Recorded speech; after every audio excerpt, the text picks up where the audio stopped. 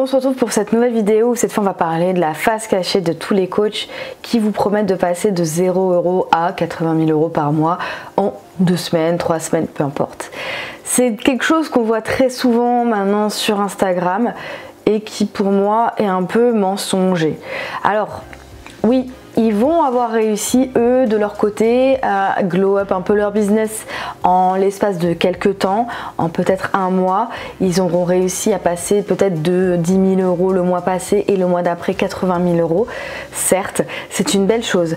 Sauf qu'en fait, quand ils mettent ce message-là en avant, on oublie en fait toute cette face cachée qui ont fait qu'ils ont réussi à devenir des coachs. Alors je dis pas que ce sont des arnaqueurs parce qu'ils mentent sur leurs propres chiffres pour vous attirer. Je parle juste du principe qu'ils vous aguichent un peu avec des chiffres sans vous parler de toute cette partie en fait que vous n'aurez pas le temps peut-être de faire parce que vous arrivez peut-être vous en tant que nouvel entrepreneur, nouveau freelance dans le marché et peut-être que vous n'avez pas encore vos bases et en fait vous décidez de vous former auprès de ce fameux coach qui vous promet du coup des milliers en 2 semaines, 3 semaines, peu importe. Sauf qu'on oublie que derrière cette réussite, il y a peut-être 1 an, 2 ans, 3 ans d'entraînement et peut-être d'échecs avant d'arriver à ça. Chose que vous n'aurez peut-être pas le temps vous de faire puisqu'il vous promet ça en 3 semaines.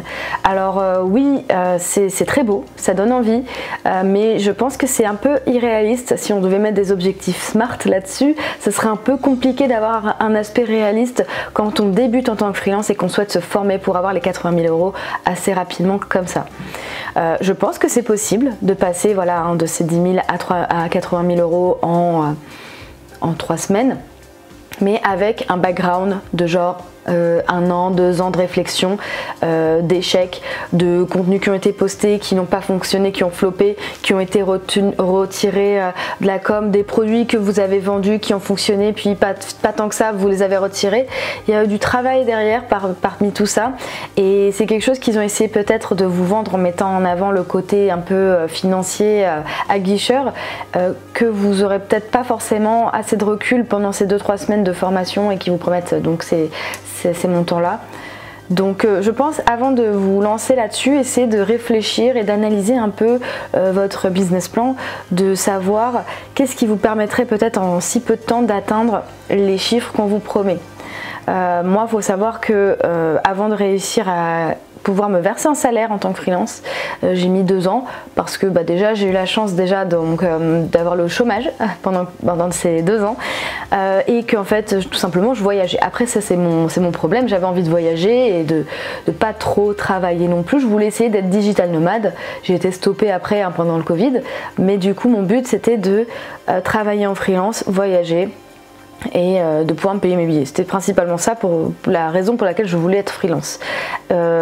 Et à côté de ça, ce que je dis et ce que je mets aussi en avant, mais que je ne crie pas non plus sur tous les toits, mais c'est que j'étais aussi chef de rang, traiteur, hôtesse, voilà, j'ai fait beaucoup d'extras en plus pour avoir ce job alimentaire qui m'a permis aussi de gagner ma vie pour me nourrir, payer mes voyages. Parce qu'au début j'avais pas forcément trop de missions, j'avais pas forcément trop de travail, donc ça a été aussi compliqué. Voilà. Mais ça c'est un cas à part parce que j'ai pris la décision d'avoir beaucoup plus de temps perso que de temps pro. Voilà. Quand on vous promet ce genre de mission, de résultats très aguicheurs, on vous précise aussi peut-être ou pas, je sais pas, que vous allez devoir aussi faire un peu des sacrifices concernant votre vie perso. Alors oui, c'est important, c'est normal d'avoir une vie perso. Donc ça vous devez le garder en tête parce que c'est pour votre bien-être, qu'il soit mental mais aussi physique, parce que quand on travaille trop, on dort moins, on mange moins, on fait moins de sport, etc. Et l'idée c'est de pouvoir avoir en tête ce sacrifice qu'il y aura. Moi, du coup, le moment où j'ai décidé, ok, il faut que je gagne ma vie maintenant et que j'ai commencé à avoir plein de missions, je travaillais tous les week-ends. Je sortais plus le soir parce qu'après j'étais incapable de me lever le lendemain pour bosser sur mon projet, etc. Donc pendant genre 1 an, je travaillais tous les jours. Non-stop, jusqu'à ce que je puisse vraiment me rendre compte que ça y est, je suis freelance, je suis imposée, je peux me payer tous les mois, je peux me verser un salaire et je peux partir même en vacances pendant 1 mois sans forcément gagner d'argent parce que je sais que je peux me le permettre et j'ai ma trésorerie, etc. Donc c'est aussi un point important à garder en tête, hein, ce côté sacrifice, en plus du fait que vous n'aurez pas forcément le temps de tester et vous n'aurez pas forcément les résultats attendus au bout de la fin, à la fin de la formation.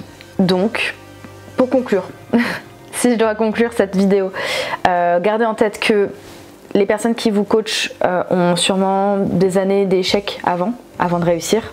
Même s'ils ont réussi aujourd'hui, ils ont eu une période où ils ont pu échouer et tester, donc qui ne vous mentionnent peut-être pas. Vous allez devoir passer plus de temps au niveau de votre vie pro que perso, et après vous aurez du mal aussi à dissocier les deux et à avoir un équilibre parfait. Et surtout ça prend du temps de pouvoir s'imposer et s'installer sans forcément avoir les moyens déjà dès le départ et les connaissances. Les connaissances, je parle aussi du réseau. Voilà, ça c'est quelque chose aussi qui se construit, qui peut mettre du temps aussi à se construire et qu'il faut garder en tête. Donc ces 3 points-là, vie pro vs vie perso, le temps et les années cachées de l'iceberg pour avoir le temps d'échouer, de tester, et puis aussi le temps que vous aurez pour construire votre réseau et trouver votre base de clients aussi dès le départ qui sera fidèle. Voilà.